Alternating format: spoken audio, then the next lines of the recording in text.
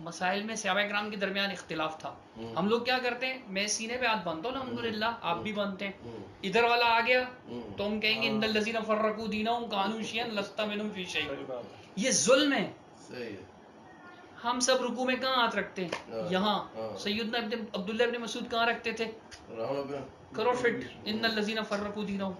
بےایمان ہوگا جو عبداللہ بن مسعود پر آیت فٹ کرے گا. صحیح بات, سیدھی انصاف کی بات ہے.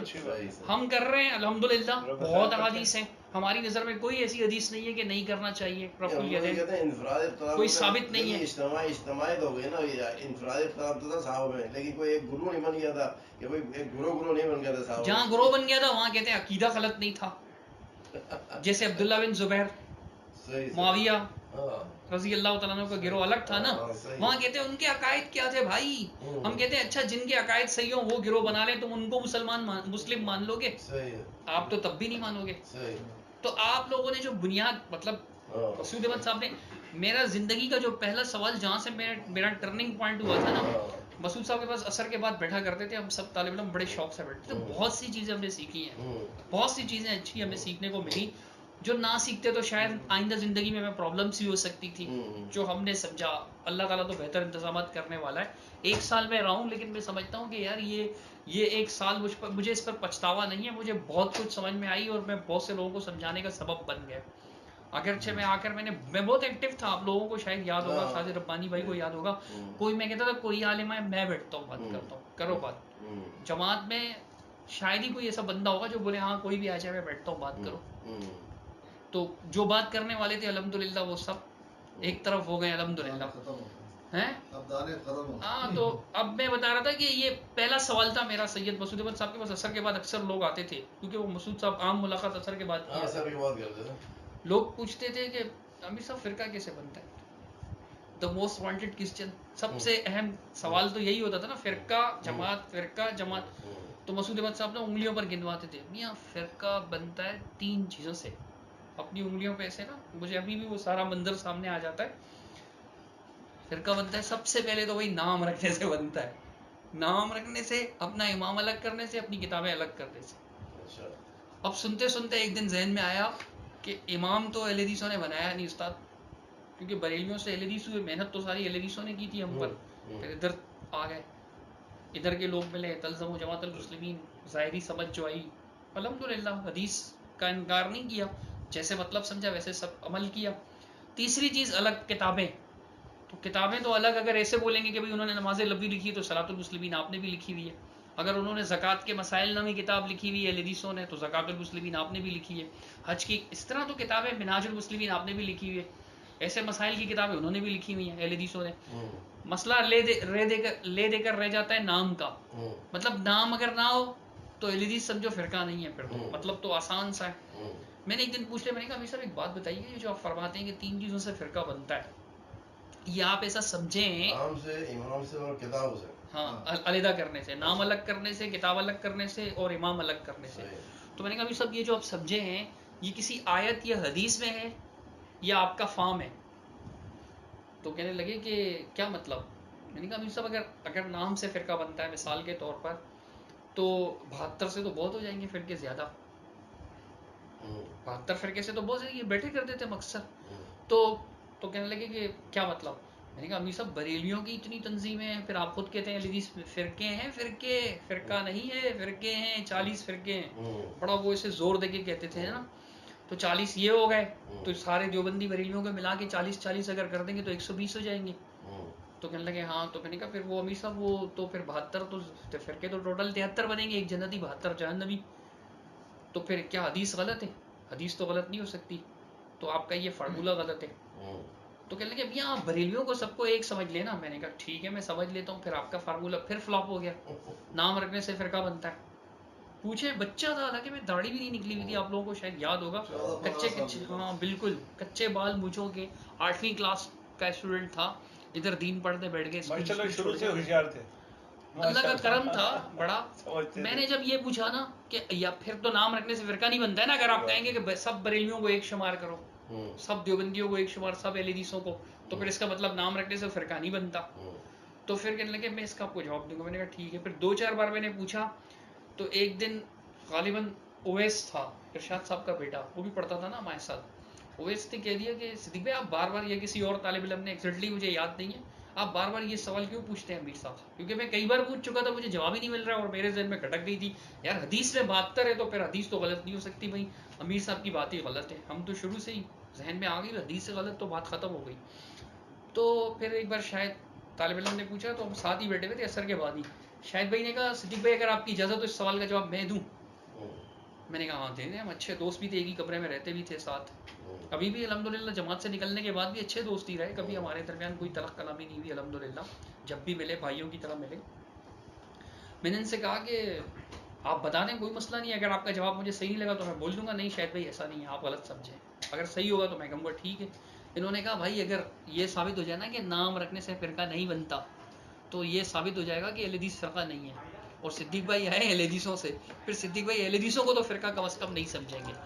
کیا میں صحیح سمجھا ہوں؟ میں نے کہا جی بالکل یہ بات آپ کی صحیح ہے, میرا یہی ذہن, اس لیے میں بار بار یہ سوال کرتا ہوں. تو میں نے کہا ٹھیک ہے آپ بالکل صحیح سمجھے. پھر کچھ اور معاملات بھی آئے اصول حدیث کے بھی, مطلب مسعود احمد صاحب نے ایک اصول لکھا ہے حدیث کا, یہ ابراہیم طارق صاحب سے ہماری بات ہوتی تھی ابھی, جن کے ہاں ظہر پڑھی نا, میں نے کہا میرے استاد جی ہیں, تو ابھی بھی مطلب دیکھیں میں نے ان سے صرف پہلی کلاس پڑھی ہے, لیکن اب بھی ان کے سامنے بولا نہیں جا رہا تھا مجھ سے, وغیرہ جیسے میں بولتا ہوں آپ لوگوں کو تو پتہ ہی ہے. ایک حدیث نہیں بیان ہو رہی تھی سیدھے سے کہ استاد ہیں وہ, ان سے سیکھا ہے ہم نے, ہیبت ہوتی ہے استاد کی. اصول حدیث وغیرہ میں بات کہتے ہیں یار یہ بڑا عجیب اصول بنایا ہوا ہے, لفظ الگ ہو جائیں گے تو حدیث ضعیف ہو جائے گی. یہ مسعود صاحب نے اصول بنایا ہوا ہے, عام آدمی کو نہیں سمجھ میں آئے گا.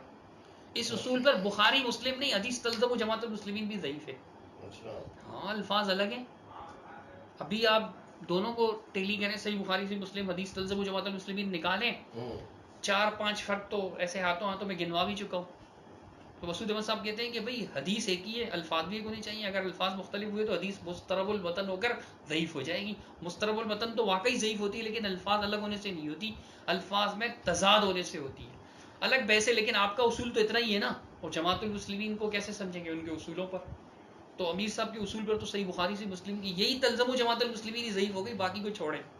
اس میں 4 فرق ہیں, یعنی قومن کے لفظ مسلم میں ہے, بخاری میں نہیں ہے, اور اسی طرح کچھ اور بھی الفاظ ہیں, یعنی کہ فما ترا ان ادرکنی ذالک, اور ایک میں ہے کہ فما تأمرنی ان ادرکنی ذالک, ایک میں تأمرنی ایک میں ترا. 4 فرق تو میں گنوا چکا ہوں.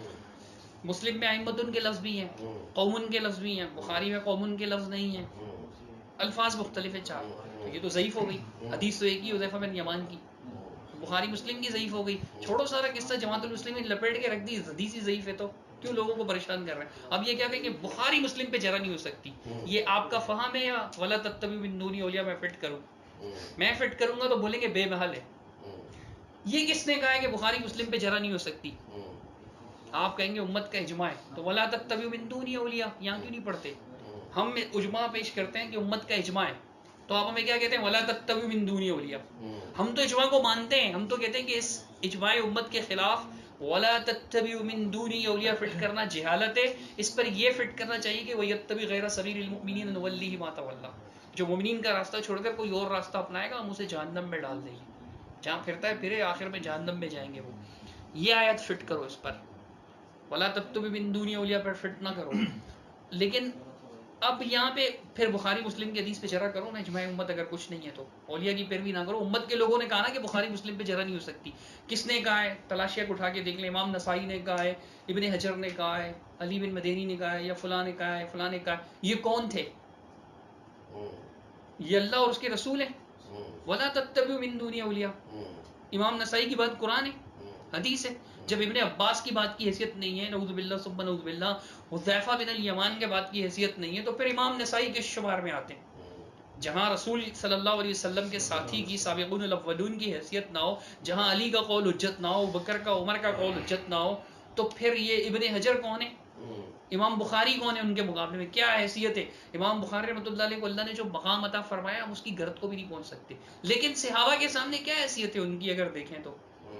جو تمیز ہم نے ان سے سیکھی, جو آداب ہم نے ان سے سیکھے, جو علم ہم نے ان سے سیکھا, ہم تو سمجھتے ہیں کہ امام بخاری کچھ بھی نہیں سمجھتے تھے اپنے آپ کو صحابہ کے سامنے. تو پھر امام بخاری کی کتاب پہ کیوں جرا نہیں ہو سکتی؟ قرآن ہے یہ.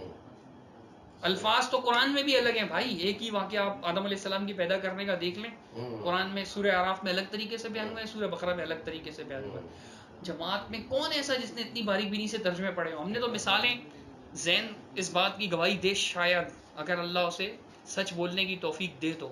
جب میں مسعود احمد صاحب کے پاس مثالیں نشان لگا کے گیا بخاری مسلم پر، طالب علم تھا جامع بکر میں پڑھتا تھا، اس مجلس میں میرے ساتھ زین صاحب تھے، زین العابدین صاحب.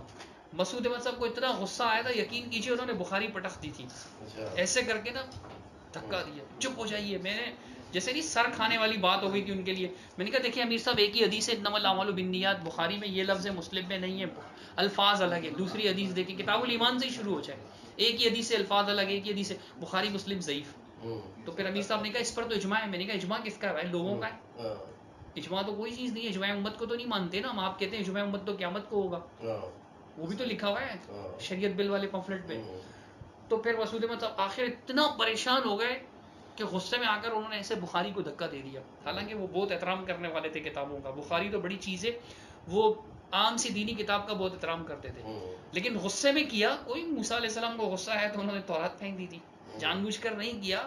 غصے میں اگر کوئی قدم اٹھ جائے تو اللہ تعالیٰ کی طرف سے معافی ہے. چونکہ موسیٰ علیہ السلام سے بھی تو ہوا تھا نا، انہوں نے تختی معاملہ بہت سنگین تھا، لیکن یہاں زج ہونے والا معاملہ تھا، جواب نہیں تھا ان کے پاس. اگر کوئی کہتا ہے جواب تھا، جیسے یہ کہہ رہے تھے کہ لاجواب ہو کر گئے تھے مسعود صاحب کے سامنے. لاسٹ ٹائم جو ہماری ریک سینٹر میں ملاقات ہوئی تھی فضل ربی کے ساتھ، تو ان بھائی کے ساتھ، اقبال بھائی کے ساتھ، تو میں نے کہا میرا سوال تو یہ تھا نا، اگر میں لاجواب ہو گیا تھا تو آپ جواب لے آؤ. کیا جماعت المسلمین رجسٹرڈ میں علماء مر چکے ہیں، علم ختم ہو چکا ہے، صرف جاہلوں کا ٹولہ رہ گیا؟ اگر علم ہے تو لاؤ میرے اس سوال کا جواب. بخاری مسلم نہیں، قرآن کی آیات میں آپ کو دکھاؤں گا موسیٰ علیہ السلام کا واقعہ ہے، واقعہ ایک ہی ہے، الفاظ الگ ہیں. چلو قرآن پر جرا نہیں ہو سکتی، بخاری کی حدیث پہ آ جاؤ، بخاری مسلم ضعیف ہے. مطلب وہ اپنے موقع پہ قائم رہے کہ الفاظ اگر مختلف ہوئے تو انہوں نے رجوع نہیں کیا کتابوں میں کیا. اس کا بیک گراؤنڈ تو سمجھے نا. صدیق بھائی نے اتنی باتیں کی، اس کے پیچھے کیا بات ہے؟ صحیح بخاری صحیح مسلم کی حدیث سے ثابت ہو رہا ہے کہ جماعت المسلمین سے چمٹ جاؤ. اسی حدیث کو یہی صحابی روایت کر رہے ہیں اور اس سند کے ساتھ ابو داؤد میں یہ روایت آئی ہے، فتن کے باب میں آئی ہے. وہاں پر لفظ امام کی جگہ خلیفہ ہے. ان کان للہ خلیفتن فی الارض. کیوں ہے بھائی؟ صحیح بخاری صحیح مسلم کے متن سے اس کا متن ٹکرا رہا ہے.